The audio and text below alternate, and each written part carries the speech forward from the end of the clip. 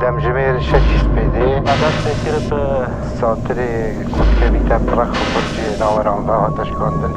بأمر جناب فرمان فرباني كنا داعش رود دمجمير شكي سبيدي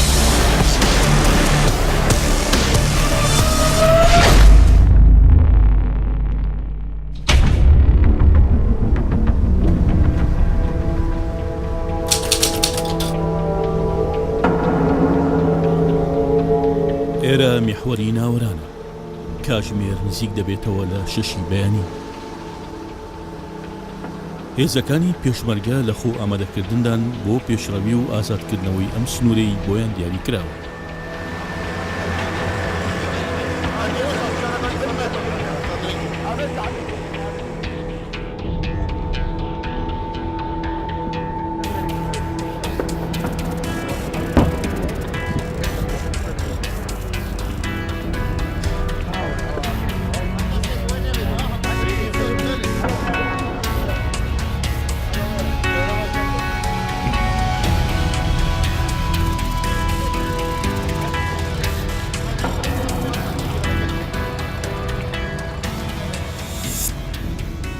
لە قۆڵێکی تری میحوەری ناوەران هێزێکی تر بە وەرەیەکی بەرزەوە لە پێشڕەویدا. دوایکردنەوەی ئەو چەپەرانی پێشمەرگە دروستی کردن و پاش دابشکردنی ئەرک و ئاشکراکردنی پلانەکان پێشمەرگە ئامادەی ئەنجامدانی ئەو ئەرکەیە کە پێی سپێردراوە.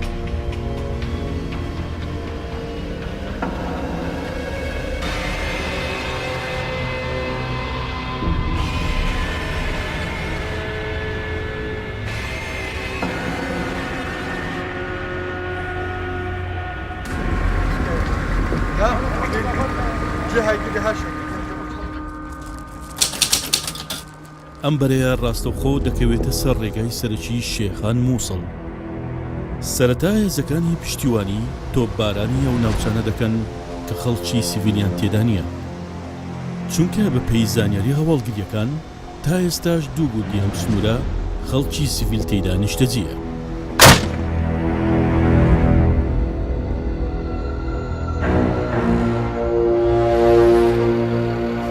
لەگەڵ خۆرهەڵات هێزەکان بە تانک و ئۆتۆمبیلی زیری پۆش بەرەو قوڵایی ئەو ناوچانە پێشڕەوی دەکەن کە داعش خۆی تێدا حەشارداوە. وەک هەمیشە سەرەتا تیمەکانی ئەندازەیی پوچەڵکردنەوەی مین، ڕەسکەشکێن و بەوکردنەوەی ڕێگاکان و پوچەڵکردنەوەی بۆمبەچێنراوەکان. دەمژمێر شەشی سپێدێ ساترێ کودکەویتە برەخ و برجێ ناوەران باها تشکاندن لای پێشمەرگێت فەرماندا زێرەوانیەوە و ساعت 6 سپێدێ مە دەست پێشڕەویە کرد و دەست پێڕەشێ کرد. سێ هێلێت سەرەکی مە دەست پێڕەشێ کرد. یەکیش وان و هێلا کوت ئەم هاتین بۆ بنتیایە فازڵیە و هاتین مە ڕێکا خورسەبات فازڵیە قەتع کرد و ما گرێ خۆرسەبات گرت و پشتی هینگێژی ئەم چوین مە ڕێکا سەرەکیە میسل خۆرسەبات گرت. ئەوە هێلا سەرەکیە هێرش وی محوەری بوو.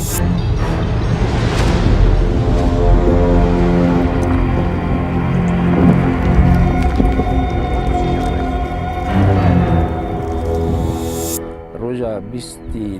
ئەم هاتنە تەکلیفکردن وەکو سوپایەیەکی زێرەوانی 500 پێشمەرگا بە ئەم بێن کۆنترۆلا گوندی خۆرسەبات بکەن. بە ساعت 6 سپێدێ حرەکە کرد. ساعت تقریبا نزیکی دەهەیە ئەم هاتن بنێ گوندی خۆرسەبات مە خالد خۆ ستاندن و مقاومە gelek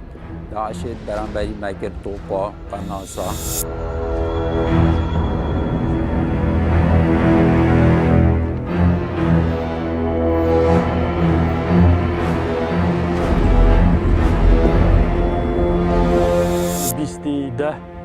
ما دست بکرد به امر جناب فرماندهی و عزیز ویسی اماتی بوان گندانه گند دیرکه و چکو هر محورک عایدی قوات که بو هم قوات کماندن پیش تاتین جماعت هندسه دیمه تاتو قوات که دیش جماعت و جماعت دی اماتی بوان دارو برد گندانه خواهیم کن که داعش تدا بون البیستی هم گشت نیره حدی مبست امرو اصلا امرو ما سری هات امرو اصلا جه خدا بو چند ساعت که امرو اصلا تحرک نو وان غواده در کرد بو جماعت ما هات خوشبختانه پیشمرگه چانه ترس بچکی دوشکه و میلانو لیدا حقاندانه که بیهت نو سنگری پیشمرگه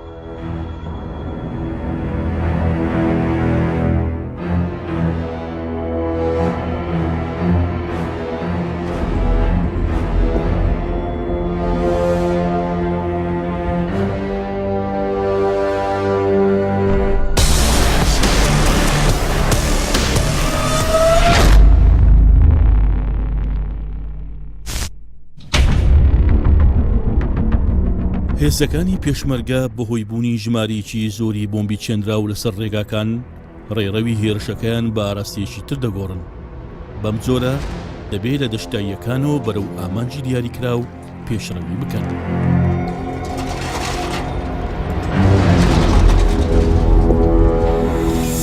بەڕەوانیکردنا داعش زۆر قەسفا هاونات کرد یا تۆپا و قناصة وشكي دي دوشكا ووجي تايبتي البيشي الفا خاني كت طريقة دا ام جاشتينه عندك خال نقطة وان هبون زيدا باري عندك عبويت ناسف بريكا مسترا دانابون يعني حقلة تي ان تي او جي عند سامة بشيوكي سركفتي انا البي محوري بشناف برن الناف قرصة باز جرادا بروانية كا هندیشان بروانی کرد بس پشتی ما گره کنترل کردی یعنی پشتاوا شکست و نشان زیاده تر بروانی کرد.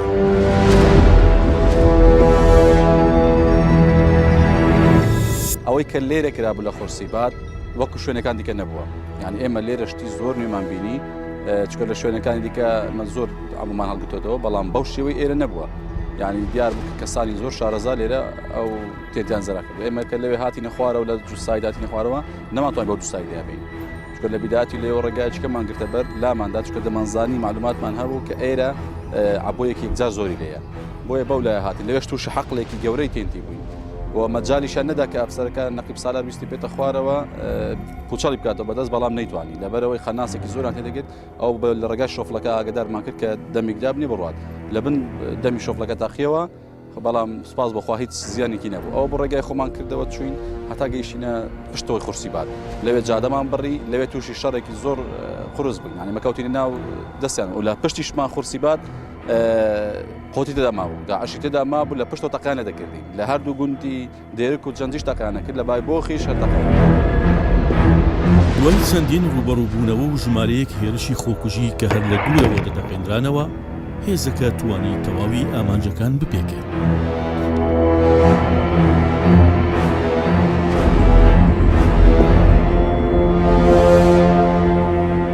یەشێک لەو شوێنە گرنگانەی کە وەک ئەرچی سەرەکی ئەم هێزە دەستنیشان کراوە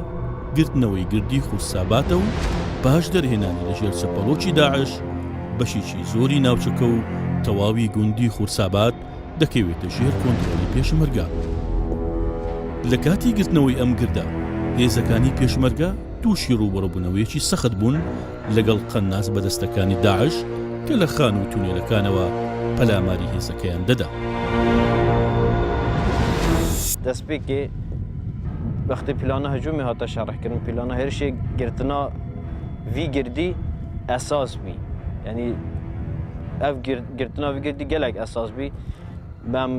پشتی مەجادا قوتکردی ئەم هاتن سەری وی گری چونکە ئەv girە کەوتا ڕۆژهەڵاتێ گوندê خورسابات û cihekî استراتîjî gelek girdekî misaytere ser xursabat hemiye û şirûyê serbazî ve ji her cihekî bilind bitir hindava manteqê cihekî استراتîjî her quweteke hirşê dikir berabdê terkîzî sercihê bilind dikir ji ber hindê ji biryar hatadan ku em bên serî vî girdî bigirin em hatin serî vî girdî me girt xoşbextane hîç miqame nebû bes piştî em hatin serî girdî me girtî hindek xaniyê beramberî girdî hene paşînşin piştîngê wê nebikin em dê gel vedayên wêrê miqame gelek gel me kir yanî hêrişa dijber îna ser quwetê me em batalyona komando verî cêgirkirî cenabê Lîwa Salahî ku serperiştê vê qolî bî miqame gelek lê pêşmerge qehreman ji her niyeta wana hêriş birine û paqijkirina gundiyê êdî her miqame her hebitin pêşmerge dê pêşrawiya xwe berdewamê ditiye باش بمقاومانا حتى إيفارة بشكل شكست أو بي عندك آليات تمشي عندك ضرر جهشته بس هر پشمرگی گیر نبرداشت که نیت گرتنا گری خورساباد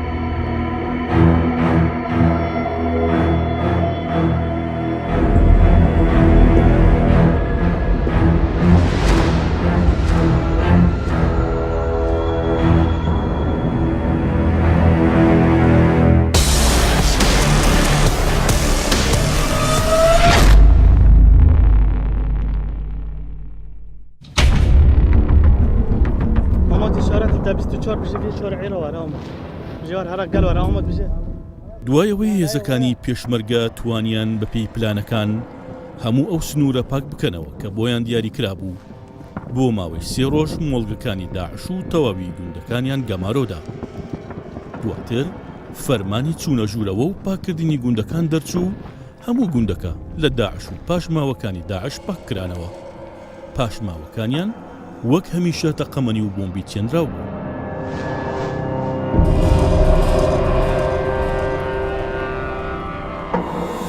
ما 3-4 ساعات اف دفر همي اف ارمانجت من قوتي المبدس بينان لما و باقش كرنا خرسبات باجير خرسبات ما 4 روجا وهلا جبر سلامت يا پشمرگي ما 4 روجا ديف توجيهات وراسبارت جناب سروكي كو گیان پشمرگيش همي تشتكي فرترج بوان جبر هندي ما 4 روجا تاخير كر پشتي روجا 4 ام هاتين ما الجل بتاليون كوماندو الجل هندسه زيرفانيه ما باجير خرسبات جي باقش كرو مريكا سركي وكره وجاده سركي كو تناو بينا پشمرگي دا خرسبات جي تمامی هاتا باقش كرون و کنترل كرون روجا 24 لەم ناوچێدا چەکدارانی داعش ژمارەیەکی زۆر چەک و ئامرازی شەڕکردنیان لە دوای خۆیان بەجێهێشتووە. بە پێی زانیاری سەربازیەکان چەکدارانی داعش بۆ خۆ دەرباسکردن سوودیان لەو تونێ لە درێژانە وەرگرتووە کە لە ناو گوندەکانەوە دەست پێ دەکات و لە دەرەوەی گوندەکان کۆتایی دێت.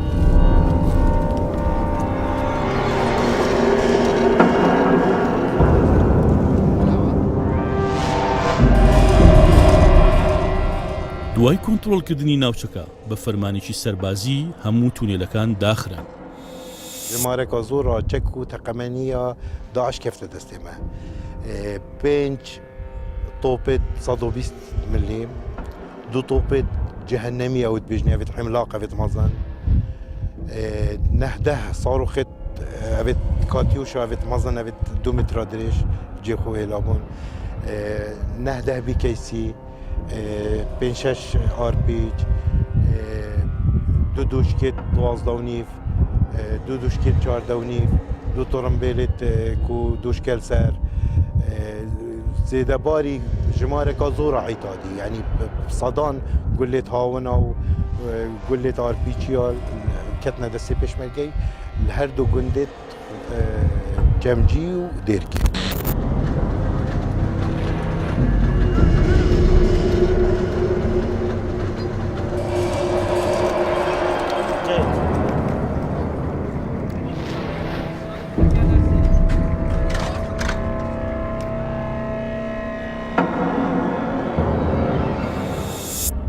سپاه ارکی معوبی ام بین وی منطقه بگیرن وی گندی بگیرن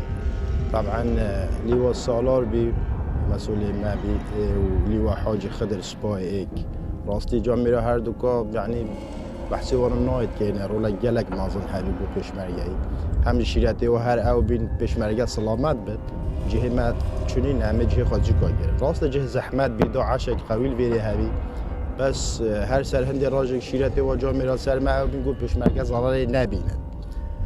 ام هاتن ساعت 6 سپیده ما هجوم کرد و ام هاتن ما جه خواهی تقریبا 2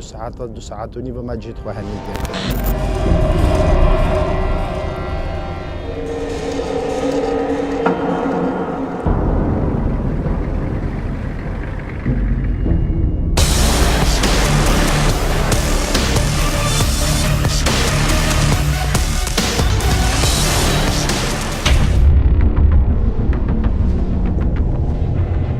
داعش داعش هەر ناوچەیەک کە لە دوای خۆی بەجێی بهێڵێت وەک تەکتیکێکی جەنگ سوود لە چاندنی بۆم وەردەگرێت بۆ ئەوەی پێشڕەویەکان هێواش بکات. وەک دیارە لەم قۆڵە شان بەشانی بەرەو پێشچوونی پێشمەرگە تیمەکانی ئەندازەیی پوچەڵکردنەوەی مین دووچاری چەندین بۆمبی چێنرا و چێلگەی من بوونەتەوە. لە یەکێک لەم چێلگانەدا زنجیرەیەک بۆمبی چێنرا و بەیەک بەستراو هەیە و بە جۆرێک دانراوە کە بە تەقینەوەی یەکێک لە بۆمبانە هەموو بۆمبەکان دەتەقنەوە. ڕووبەری زیاتر لە 500 متر بەم شێوازە بۆمڕێژ کراوە. بۆ زانینی زانیاری زیاتر لەبارەی چێلگەکان و شێوازی پوچەڵکردنەوەیان لە کاتی شەڕکردندا ئەفسەرێکی پێشمەرگە بەم جۆرە بۆ مندووە. ڕۆژی بیستیمان کە ئێمە لەسەر ئەمری جەنابی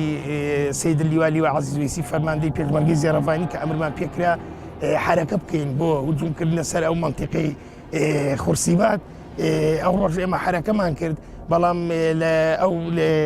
جەنابی سەید لیوالی و سالار مەسئول میحوەری ئێمە بوو لێرە و ئەمری بە ئێمە کرد کە ئێمە ڕێگەی خۆمان بگۆڕین بۆ جادەقیری کە دووسایدی خورسیبات کە جادەی عام بوو. ئێمە لێوە نەتوینە خوارێ لەبەرەوەی کە زانیمان کە عبوویەکی زۆر هەیە و ئەرقەلەیەکی زۆر لە بەردەم ئێمە دروست دەبێت. بۆیە ڕێگەی خۆمانمان گۆڕی بە جیهاز بە منیان گوت سەید ڕاید مستەفا بە جیهاز بە منی گوتی نەقیب سالار ڕێگەی خۆت بگۆڕە لە تەویش بەنزیخانە بچوو خوارەوە، چونکە ئێرە زانیمان دشتە ئەرقەلەمان کەمتر بۆ دروست دەبێت و کە کاتی هاتی نەخوارێ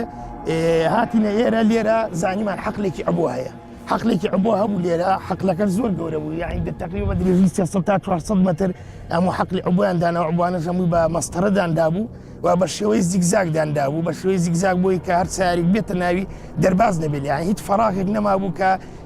ئێمە بتوانین لێ دەرباز بین. کاتێک کە هاتینە ئێرە وەستان کە زانیمان حەق لە لێرە من دابەزیمە خوارێ ئەلێرە لە باجەڕی خۆم، بەڵام ڕەمیکی زۆر هەبوو بە قەناستەکان لێکردین لە ناو دارزەیتونانە و لە ناو خورسیباتیشەوە لە ئێمەیان دەدا. جەنابی ڕاید مستەفا ئامفۆجی کۆماندۆ ئەو سیاری خۆی هاتە پێشتر، هاتە تەنیز من و ملازمەوەی پشتیوانیش ئەو لای منی گرت تا ڕەمی لە ناو دارزەیتونەکان کرد بۆی کە تا من دێم سەیری عبووەکە ئەکەم کە هاتم سیرم کرد عبووەکان زۆر لە بنعرز بوو، یعنی ئەگەر بە هاتە ئێمە معالەجەمان بکرد تەئخیر دەبوون و خەسارەتی زۆریشمان لێ دەکەوت. لەو کاتەیە ئێمە حەلێکی ترمان دۆزیەوە، شۆفڵمان لەگەڵا بوو، زیرەک ساق شۆفڵی ئێمە بوو، بە جیاز بە زیرەکم گوتم زیرەک وەرە بەزەوە ڕێگەی بکەرەوە بۆ جەم سیارەکانی خۆمان. کە زیرەک هاتە ئێرە کێری خۆی شۆفڵەکەی دانا بەو شێوەیە هاتە خوارەوە، ئەلێرە عبوویەک بە شۆفڵی ئەوە تەقی، عبوویەک بە شۆفڵەکەی تەقی، بەڵام ئەلحەمدوللیلا سەلامەت بوو، هیچی لێ نەهات. داعش يعني تايبتي الخرسبات اف تي ان تي واف عبويت هاتينا جاندن هيك جهه كذي ما ندينا، يعني من همي هي رشايد بشدار بين الشنغاري الخازري الفاجيا همي الوانكي بس ما تشجي كي وكي فيري ندي عبوه هاتينا جاندن يعني برفري جماركا قال لك زور وكي حوالت ما هندسه قلت نزيكي شخصات وحفتي عبوه بس ما الجاده تراكي 2 كيلومتر هذا درجايا 2 كيلومتر هذا، يعني زيدا باري قال لك نفق وتونيلو اوجد فريدا تشيكربون چونكو اوجه اوديه كي مركز هاتو چوناوا فيري بو دم جمير شكيس بيدي عدد تكرب ساتري كتبي تبرخ وبرجي ناوران ذا هاتش كاندن بأمر جناب فرمان رباني كنا داعش رود دم جمير شكيس بيدي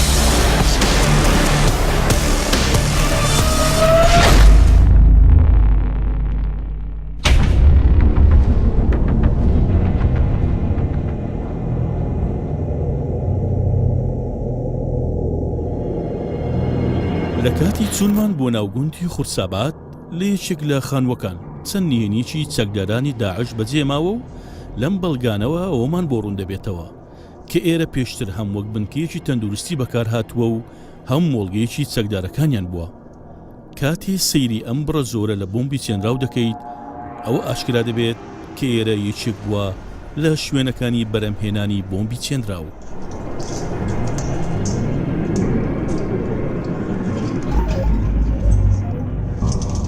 قطاقي أوانا دايما سر عبوي وأجر نيرش تيلك ديتن أجر كسيك بيلا سردان يا بي بخشي أكسر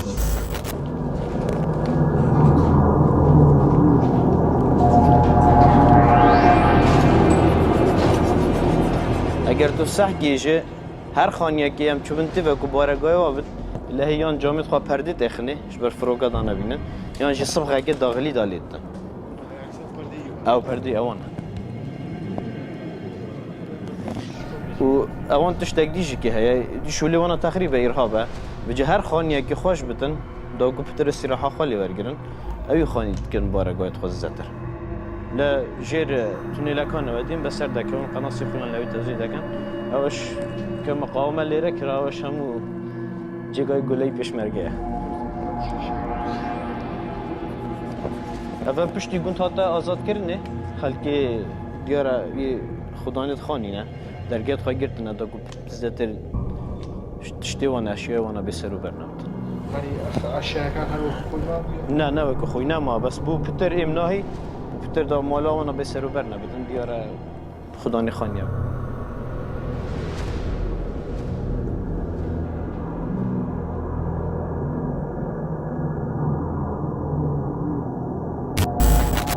قباقي أوانا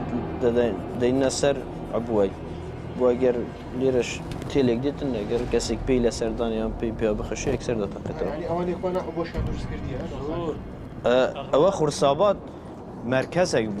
بو توجه كرني عتادي خويان بو توجه كرني نفري خويان لهمو منطقي محوري نورا. يعني هر شتك دهات پیشتر دسپک دهات لموصل بایبوخت هبو پیش ایره دهات بایبود لبایبوخت دهات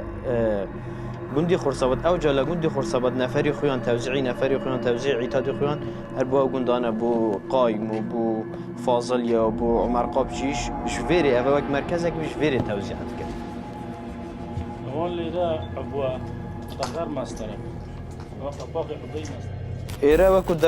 درمانخانه لوانه پیشتر درمانخانه بیت اوانش استفاده یان لیبینی و هم موادان کیمیایی نه لو درست کردنی عبوا بکار دیتن و لو درست کردنی مادی کلی رو هراش شرین قوشته کانش زوربه جار اما حبی هوشبر و شرینقی هوشبریش لنا و برکی اوان من در هنا يعني بکار ده هنا انگو هزانه مثلا دقنا ستر مكاني داعش بزي ما كان داعش تزيات البيانة روي اواني كلنا ولكن اخوه دسپی که هندک جار هویه و پشتیان لگل بو لگل پاره بس باو دوایه اوشتنه ما هر هیچی لگل نیه زوربی هر زور یعنی بلین همو یا نه زوربی هر زوریان دار که کی سیواکیان لگله و لگل هندش لیتر اروكو مركز شتين درستي بو ایک وکو بله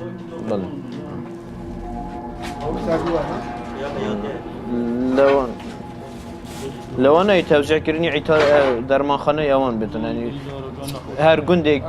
هر گندگ لو نفرکانی خویان چند درمانی پیوسته بودن روانه کرده بود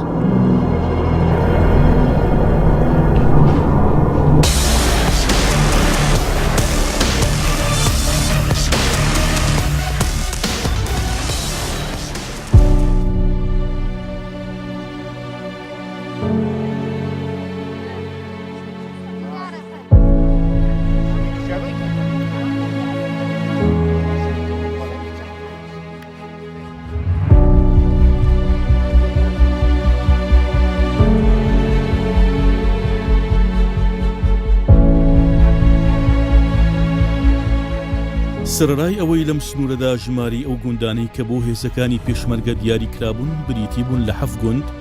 بەڵام لەگەڵ ئازادکردنی گوندەکانی چەمچی و دێرک و بەهۆی بوونی خەڵکی سیڤیل لەناو گوندەکان ئاستەنگێک کەوتە بەردەم پێشڕەویەکان و بە پێیوتەی فەرماندەکان پاراستنی خەڵکی سیڤیل گرنگترە لە پێشڕەوی خێرا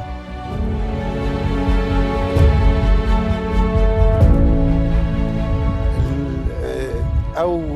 ارمانجت جندد ومهاتينا دست نشان كرن في محوري ده حفظ جندي ناوران جندي باريما جندي خرسبات جندي ديركي جندي جمجي جندي سموقية جندي قائم جوان حفظ جنداتن جندي جمجي وجندي ديركي كنت كيفنا برامبر مال دف خطي خلقي سيفيل تدابون بس زيركي پشتوانیا پێشمەرگە ئەم شیاین پتر 6 خێزانە ڕزگارکەین و بگەین کەمپا و دەڤێت ڕزگارکردی هەرچەندە یعنی داعش هەمی هێزا خودڤیا کوان وەک درۆ بەشەریە بکاربینیتن و هاوڵاتیە و زار و کۆمنداڵە کو بشێت بەرەنگاریە لێوان دەڤرا بکەت بەس پێشمەرگەشیا وان خێزانە ساخ و سلامەتی دەرباسی جهێت تەنایی بکەن.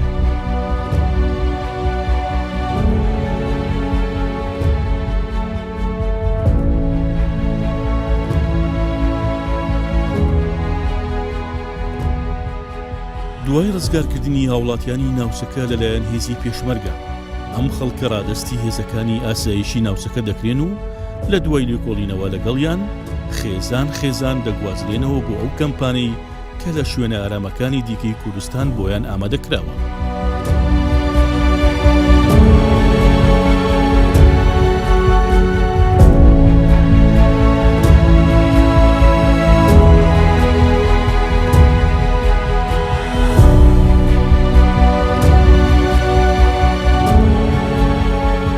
ئەم هاوڵاتیەشی شەبەکە ئەو خەڵکی گوندی خورساباتە دوای ئازادکردنەوەی گوندەکەیان لەلایەن پێشمەرگا بە پەرۆشە بۆ بینینی خان و ماڵەکەی بەڵام وەک خۆی باسی دەکات لە کاتی ڕۆیشتنیان ماڵ و حاڵی خۆیان بە گشت کەلوپەلێکەوە بەجێهێشتووە بەڵام ئێستا تەنها پارچە زەویەکی پڕ خاشاک و وێرانەی شەڕیان بۆ بەجێماوە. برا ئایا خانێکەمانە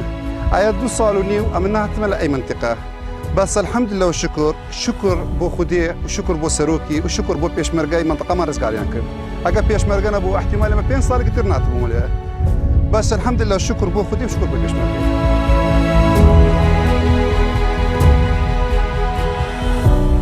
کۆتایی ساتری پێشمەرگە و ئاڵای کوردستان و گەڕانەوەی ئازادی بۆ ناوچەکە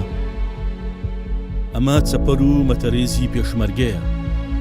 لێرەوە مژدەی خۆناغیشی تر دەدرێت